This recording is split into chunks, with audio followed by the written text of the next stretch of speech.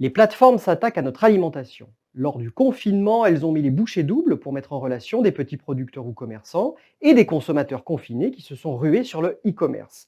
Même les grossistes de Rungis se sont mis à la livraison en ligne aux particuliers en créant leur propre plateforme, non sans quelques grincements de dents chez les primeurs qui sont aussi leurs clients. L'horizon des petits producteurs s'élargit avec les plateformes de circuits courts. Elles leur promettent soit de vendre mieux en se passant de la grande distribution, soit de vendre davantage. La ruche qui dit oui s'est imposée comme une plateforme d'intermédiation leader avec une approche locale où la consommation d'un produit alimentaire se fait à proximité des lieux de production. Amazon s'est également positionné sur le créneau en lançant une marketplace de petits producteurs sur son site. Citons aussi les plateformes de référencement de drive fermiers. Impossible ici d'être exhaustif tant les modèles et positionnements sont variés. Le commerce indépendant accélère. Avant la crise, la plateformisation du petit commerce émergeait à peine. Les services d'achat en ligne et de livraison se limitaient à quelques grandes agglomérations desservies par des startups spécialisées ou non dans l'alimentaire comme Glovo ou Épicerie. Mais la crise est passée par là.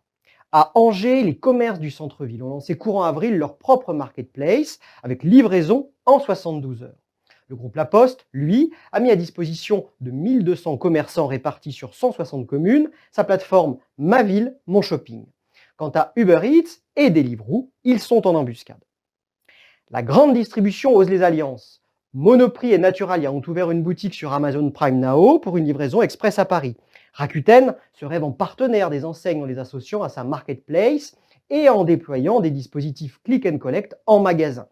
D'autres partenariats techniques ou commerciaux existent. Carrefour s'est associé à Google Shopping, puis au cours du confinement à Uber Eats. Désormais, se passer de l'énorme exposition médiatique de ces géants et de leur savoir-faire technologique, parfois logistique, et surtout en matière de data client, devient presque impossible. La plateformisation, une aventure hasardeuse. Certes, l'offre pléthorique des plateformes en matière de contenu, de circuits et de format de vente fait le bonheur des consommateurs. Elle donne une visibilité et une audience aux producteurs et commerçants et leur apporte une source de revenus à fort potentiel. 5% seulement du marché alimentaire provient du e-commerce en France, contre 40% pour les biens culturels. Et certains disent que la crise accélérera cette plateformisation de notre alimentation. C'est oublier que les Français sont réputés très conservateurs en la matière. Les plateformes ne sont-elles pas aussi un mode de consommation dédié surtout aux habitants privilégiés des grandes métropoles?